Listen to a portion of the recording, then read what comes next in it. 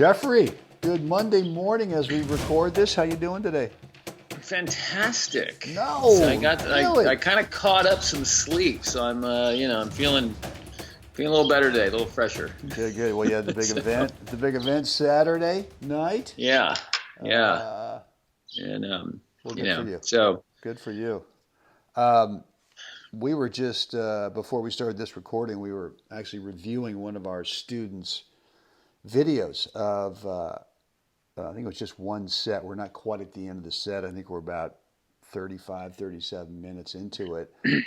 And a couple of things jumped out. I actually watched the first three games. Did not do any stats on the rally length, as we've been right, talking about so much for a few months here. That the first four shots are really where you sort of butter your toast. I don't know whatever that phrase is, but if you can survive, the serve, the return to the next shot, the chances are that you're gonna win the match. And right now, the points are. And I didn't do the first three games because I'm going to go back and do it. But the first three games, I was just kind of getting organized. But I was noticing that it was kind of like it's like they're warming up. And I'm assuming that these two guys have played each other, right. probably lots of times before. So they know each other's games, but there was like this warm-up period in the first three games, kind of a feeling out period. The points were unbelievably short. And then I started recording the stats after that, and then now we're into a total of 45 points. So Yeah, we're deep into the set, and here it is, 26 points. Four shots or less, 19.5 plus, which means 73%. Oh my gosh.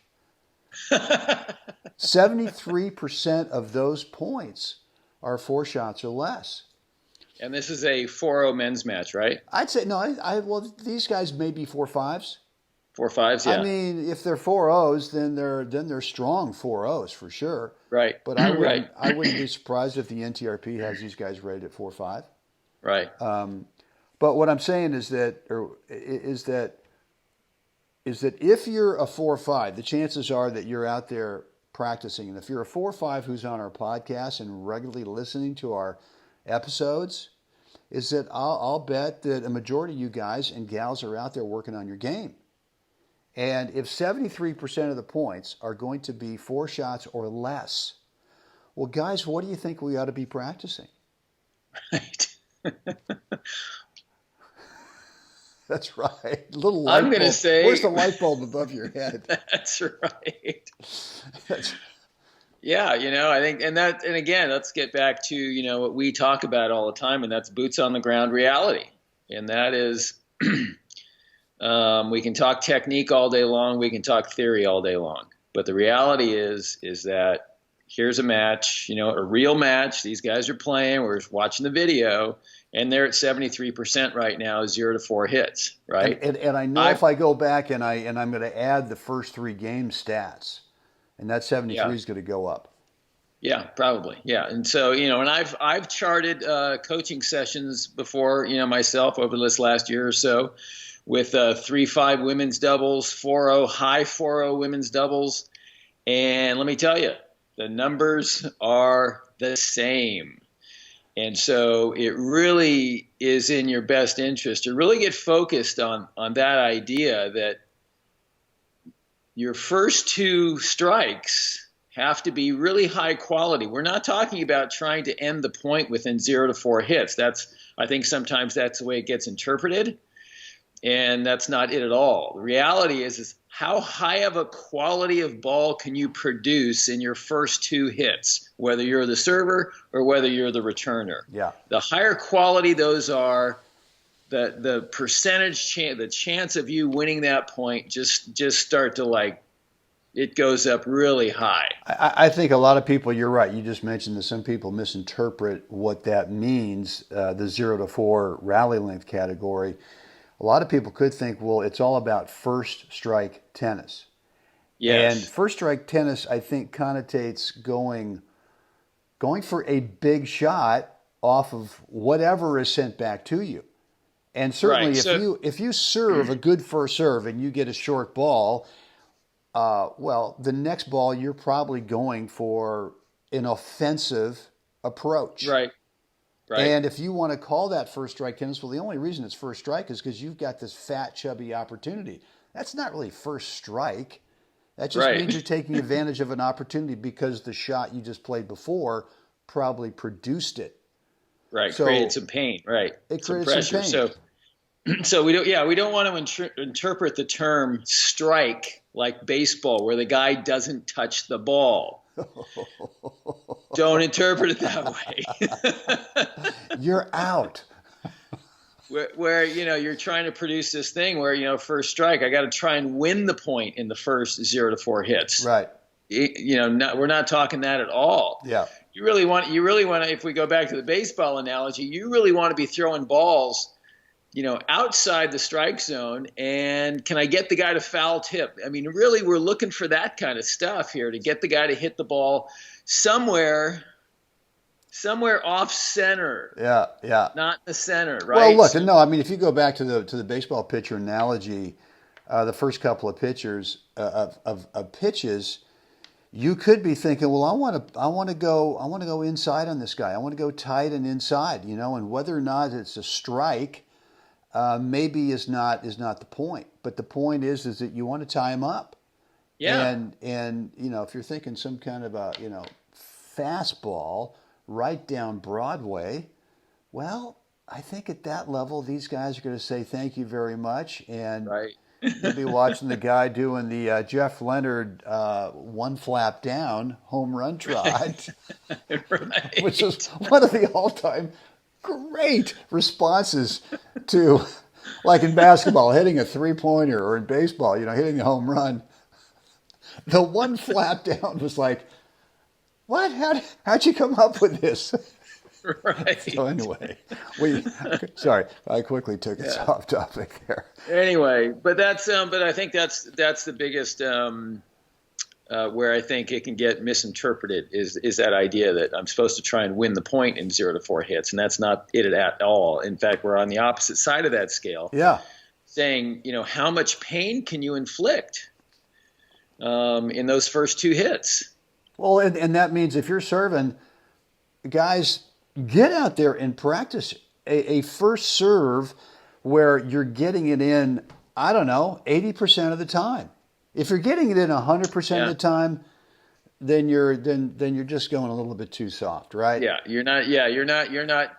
There's the risk reward there isn't in balance. No. It's you're making a lot of first serves. That's great, but you're probably not inflicting any pain. So let's say 75%. If you can get that first serve in 3/4 of the time and jam up, tie up some stroke technique over there, then that's what I would be practicing, because that's going to yield.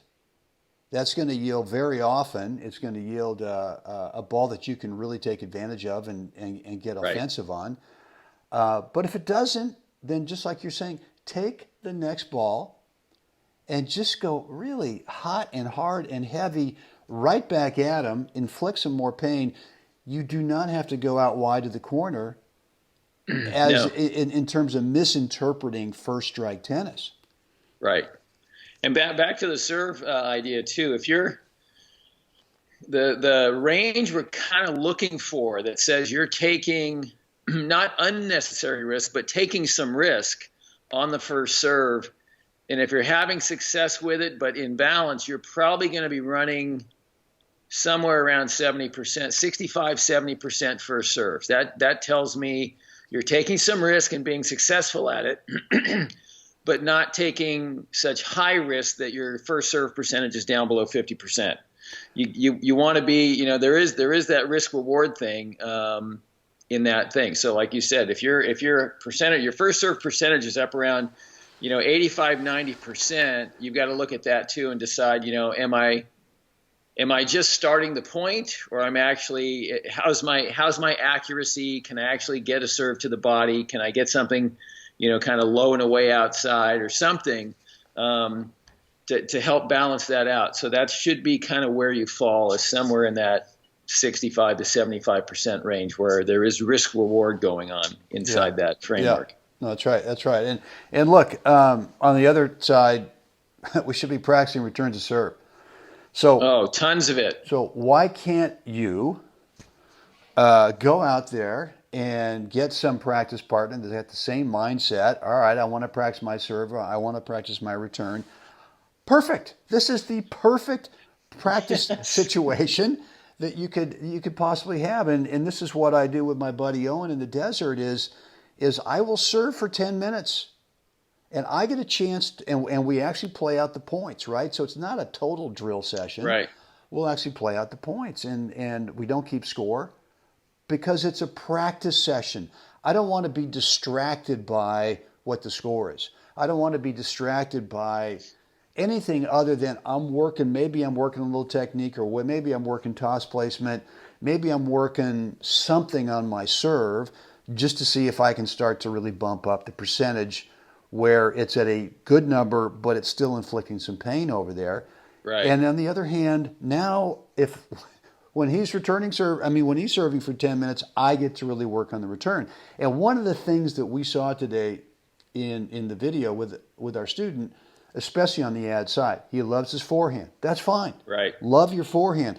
But when someone serves to your body, if you're right-handed and you're in the ad side, and you start to choose to run around and play a forehand, man, if you hit it too well, you're now stuck out in the alley in that ad court, and Right. you're giving that server the ball. And it's Yeah. like the lower 40. It's like, where is the guy? Gosh, I've got the whole court to hit into. So, Right. maybe now what you start to do is you start to work on getting a high percentage of returns back in play. But anytime that return to serve comes at you, whether it's on the do side or whether it's on the ad side, you're choosing that shot that helps pull you back in the middle, Yeah. not get you further away from the middle of the court. Right.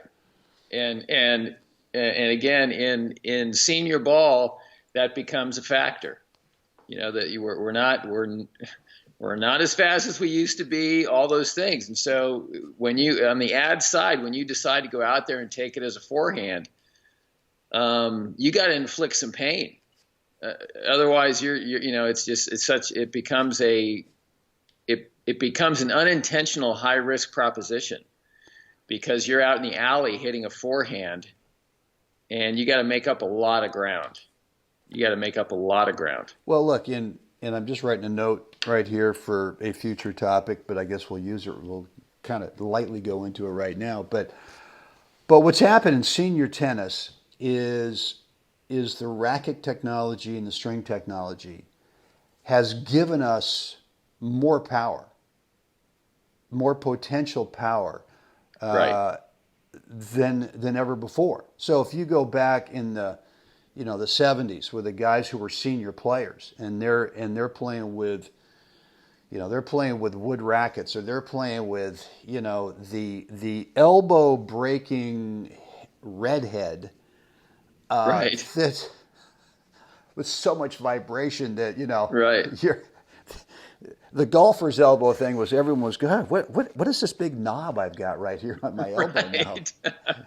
Right. Those things were just dead, and yet you could probably get away with running around something because you couldn't generate Yeah. as much power.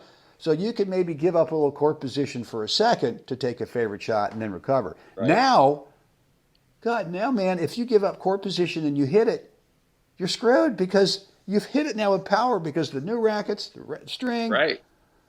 you're now hung out to dry. So Yeah. I You get still the ball think there way too fast. yes. Yeah, so, all right, well, listen, good stuff today, Jeff. And I did not mention at the top here that you and I are still offering a free private 10-minute coaching call to anyone who's up for it. We do not record it, so it doesn't get made public. It is just between the three of us, and you got to bring that one thing in your game right now that Right. is holding you back. Maybe you don't even know what it is. Maybe you and I have to probe with a couple of questions to find out what that one thing is. But once we do, we want to help set you on a path to help start getting the result that you want in your singles and or doubles. So way to get on that free private coaching call. Go over to goalballhunting.com. Drop in a first name, email address, and click the button and you get immediate access to our online calendar where you can cherry pick a date and time that works best for you. So with that said, Mr. Jacklich, what do we want the fine folks to do right now? And we're serious. What do we want them to do? Like us, share us, please subscribe. Let us know what you think down below, because that was serious. That was very serious. We seriously want you to do that. Guys, get out there today. It's an overcast, foggy day here in Moraga, California. Back in the north. But get out there, help someone else have a spectacular day. Jeff, we're going to do this again tomorrow. Can't wait. Okay.